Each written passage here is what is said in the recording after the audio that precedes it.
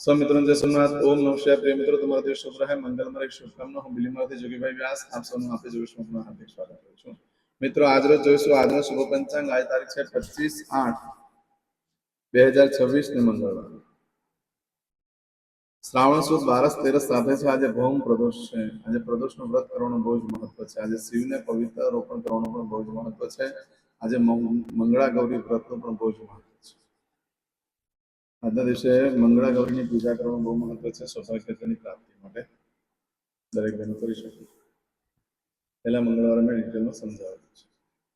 આજે જોઈશું આજનું શુભ પંચાંગ। આજે જે બાળકનો જન્મ થાય છે ને તિથિ ગણાય છે બારસ તિથિ સવારે 6:22 પૂર્ણ થઈ જાય અને ત્યાર પછી જે બાળકનો જન્મ થાય એની તેરસ તિથિ ગણાશે।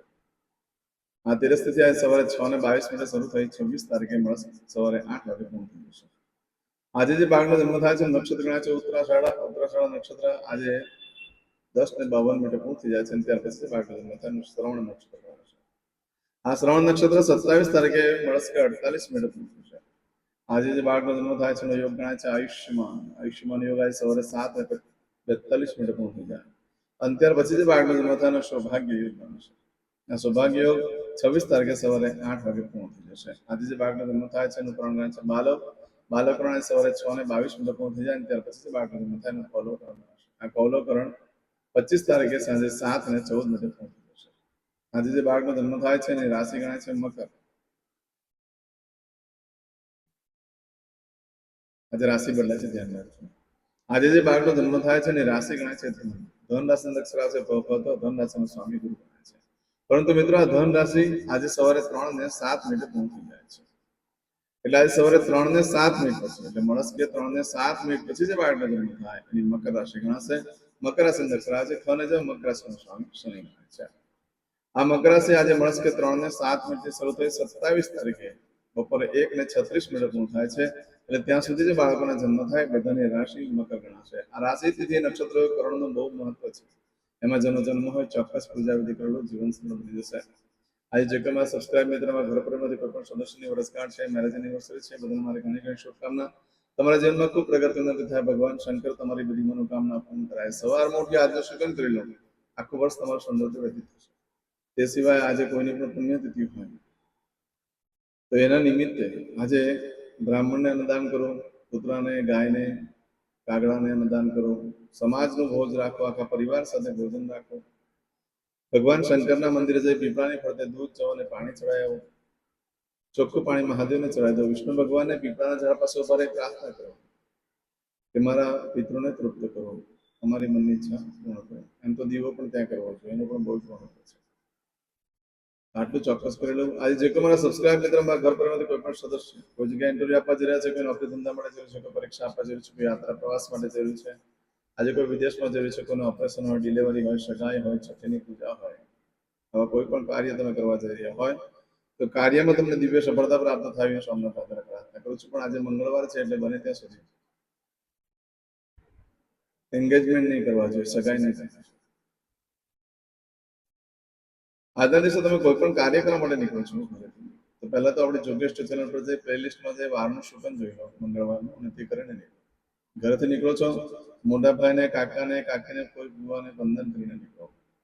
આજે કૂતરાને ઘઉંની રોટલી ગોળ અને ઘી મિક્સ કરીને ખવડાવવાથી ભય રોગ શત્રુ બાધા પર વિજય પ્રાપ્ત થાય છે। આજના દિવસે કોઈ પણ કાર્ય તમે કરવા માંગો છો તેના માટે પણ એક ચોક્કસ શુભ સમય છે આપણે જોઈએ। સવારે 9 થી બપોરે 1:30 સુધીનો સમય શુભ રહેશે। બપોરે 3 થી સાંજે 4:30 વાગ્યા સુધીનો સમય શુભ રહેશે। સાંજે 7:30 થી રાત્રે 9 વાગ્યા સુધીનો સમય શુભ રહેશે। રાત્રે 10:30 થી મળસ્કે 3 વાગ્યા સુધીનો સમય શુભ રહેશે। આ સમયગાળા દરમિયાન તમે કોઈ પણ કાર્ય કરો છો તેમાં સારી સફળતા પ્રાપ્ત થઈ શકે છે। પરંતુ મિત્રો આજનો દિવસ બિલકુલ અશુભ છે, તો કોઈ પણ કાર્ય કરવા માટે યોગ્ય દિવસ નથી। એટલે કોઈ પણ કાર્યનો આરંભ કરશો ન ખરીદી કરશો ન વેચાણ કરશો। આજે પ્રદોષ છે, આજે ભગવાન શંકરના મંદિરે જઈ મહાદેવની ઉપાસના આરાધના કરો, એનાથી ઘણું શ્રેષ્ઠ ફળ પ્રાપ્ત થશે। આજે ભગવાન શંકરને ગોળના પાણીથી અભિષેક કરવાથી ધંધા વેપાર પ્રગતિ ઉન્નતિ જણાય છે। જે લોકો ગવર્મેન્ટ જોબ આપતા એક્ઝામ આપતા હોય એ લોકો પણ કરી શકે છે। નોકરી વેપાર વ્યવસાયની પ્રાપ્તિ માટે આજે ભગવાન શંકરના મંદિરે જઈ ભગવાનને ગોળના પાણીનો અભિષેક કરતી વખતે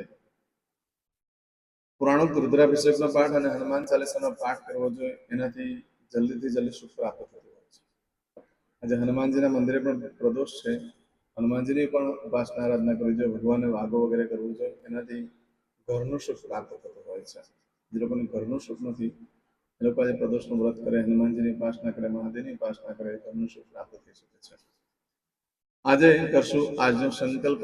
ચમચીમાં પાણી લઈ લો. અદ્યતન માસનમાં સૌતમ પરમ પવિત્ર શ્રાવણ માસે શુક્લ પક્ષે દ્વાદશ્યામ અંતર્ગત ત્રયોદશ્યાયામ ભૌમવાસન વિત્તાયામ જે લોકો પણ આજે ભગવાનની પૂજા કરી રહ્યા છે એ લોકો જે પૂજા પતે એટલે તરત જ ભગવાનનું નામ લખીને મને મોકલી દેજો. એટલે ભગવાનનું તમારા વતી પ્રાર્થના કરીને લાઈક કરીને મોકલી આપીશ. હવે દરેક જણા પોતાનું સાચું નામ બોલી દો. તમારું ગોત્ર ખબર હોય તો ગોત્ર બોલી દેવાનું.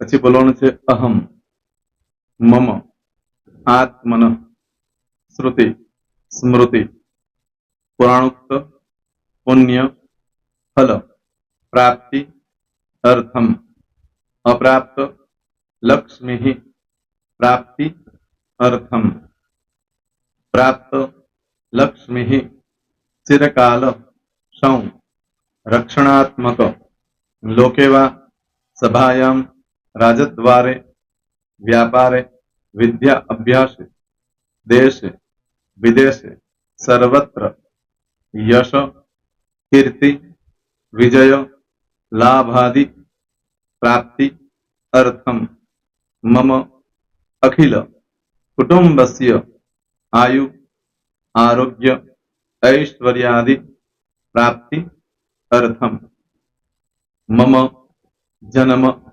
समय, तथा च विप्र, वृंदानां, जन्म, समय, जन्म, कुंडली, मध्ये, स्थित, ग्रहः, गोचर, ग्रहः, महादशा, अंतर्दशा, प्रत्यंतर्दशा, तथा च योग, युति, दृष्टि, मध्ये, शुभ फल, प्राप्ति, अर्थम, भय, रोग, शत्रु, बाधा, दोष, मारण, तारण, मंत्र, तंत्र, अरिष्ट, दोष, पीड़ा, निवृत्ति, अर्थम, भूत, प्रेत, पिशाचादि द्वारा रचित अरिष्ट दोष निवृत्ति अर्थम मम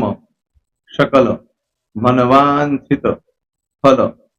હવે તમારા મનમાં જે કઈ ઈચ્છા હોય તે બોલી જવાનું.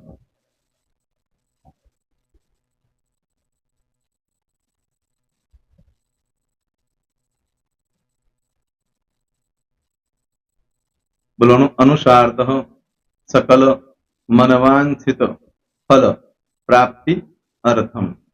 હવે જે બરકતની પૂજા વાળા છે એ લોકો તો આ બધું બોલવાનું જ હોય છે, એ લોકો માટે કોઈ સ્પેશિયલ નથી. પણ જે લોકોએ હવે જે કહું છું તે લોકોએ જ બોલવાનું. જેના લગ્ન થઈ ગયા હોય એ લોકોએ બોલવાનું છે. મમ દાંપત્ય જીવન મધ્યે સુખાકારી પ્રાપ્તિ અર્થમ પુત્ર પૌત્રાદિ સંતતિ પ્રાપ્તિ અર્થમ.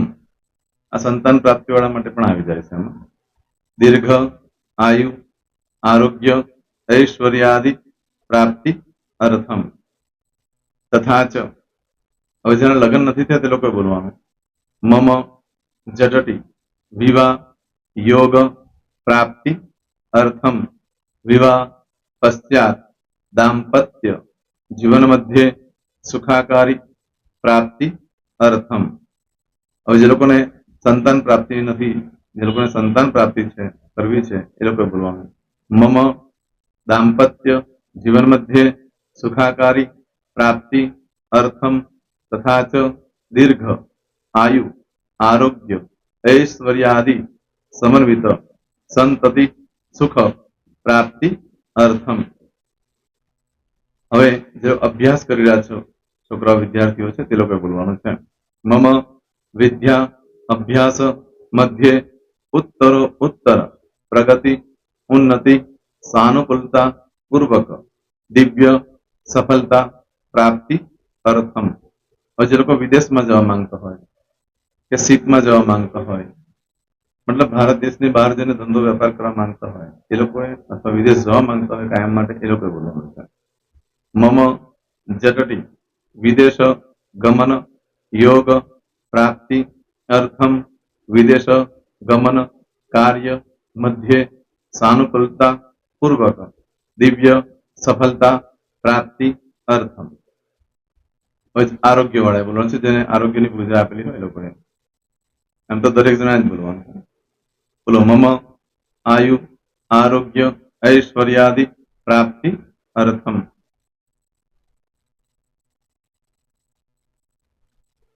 હવે દરેક જણા બોલવાનું.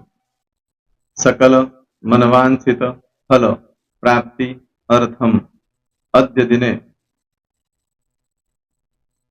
પ્રધાન દેવતાનામ નિત્ય દિન અનુસાર્ધ પૂજન અર્ચન કર્મણિ અહમ કરીશ્યે. પાણીવાળી થાળીમાં પાણી મૂકી દેવાનું છે.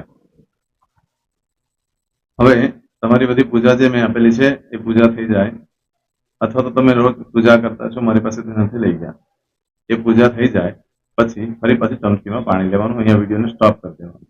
પૂજા પતે એટલે પાછું આગળનું કરવાનું છે. અહીંયા વિડીયો સ્ટોપ કરી દેવાનો અને પૂજા પતે એટલે બોલવાનું છે વિષ્ણવે વિષ્ણવે વિષ્ણવે નમો નમઃ વિષ્ણુ સ્મરણ સર્વમ પરિપૂર્ણ અસ્તુ.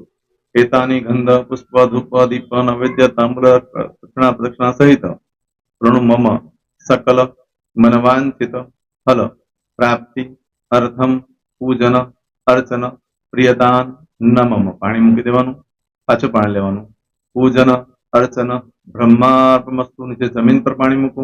એમાં આંગળી ઘસી કપાળમાં તિલક કરી દો. કપાળમાં જમીન પર પાણી મૂક્યું છે એમાં. ત્યાર પછી ભગવાનને કહેવાનું કે હે પ્રભુ આજે પૂજા કરતા કોઈ પણ પ્રકારની ભૂલચૂક થઈ ગઈ હોય તો અમને ક્ષમા કરજો. અમે તમારા બાળક છીએ.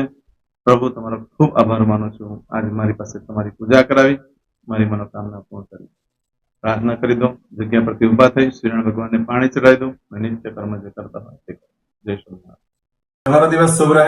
તમે અને તમારો પરિવાર સુખી રહે, સંપન્ન રહે, સુરક્ષિત રહે એ ભગવાન સોમનાથ દાદાને પ્રાર્થના. તો મિત્રો તમે મારા વિડીયોને લાઈક ના આપી હોય તો સૌથી પહેલા લાઈક આપી દો અને ત્યાર પછી જો તમે મારી આ ચેનલ સબસ્ક્રાઇબ ન કરી હોય તો સૌથી પહેલા સબસ્ક્રાઇબ કરી લો અને બેલ આઇકોન ઓલ પર ક્લિક કરવાનું ભૂલશો નહીં જેથી કરીને સૌથી પહેલા નવી વિડીયો જે કંઈ મૂકું એ તમને મળે. મિત્રો કંઈ પણ મૂંઝવણ હોય તો મને આ નંબર પર તમે ફોન કરીને પૂછી શકો છો. મારો મોબાઈલ નંબર છે 9825546459. મિત્રો કોમેન્ટ્સમાં જય સોમનાથ લખવાનું ભૂલશો નહીં. ફરી પાછા નવા વિડીયો સાથે મળીએ. ત્યાં સુધી સૌને જય સોમનાથ.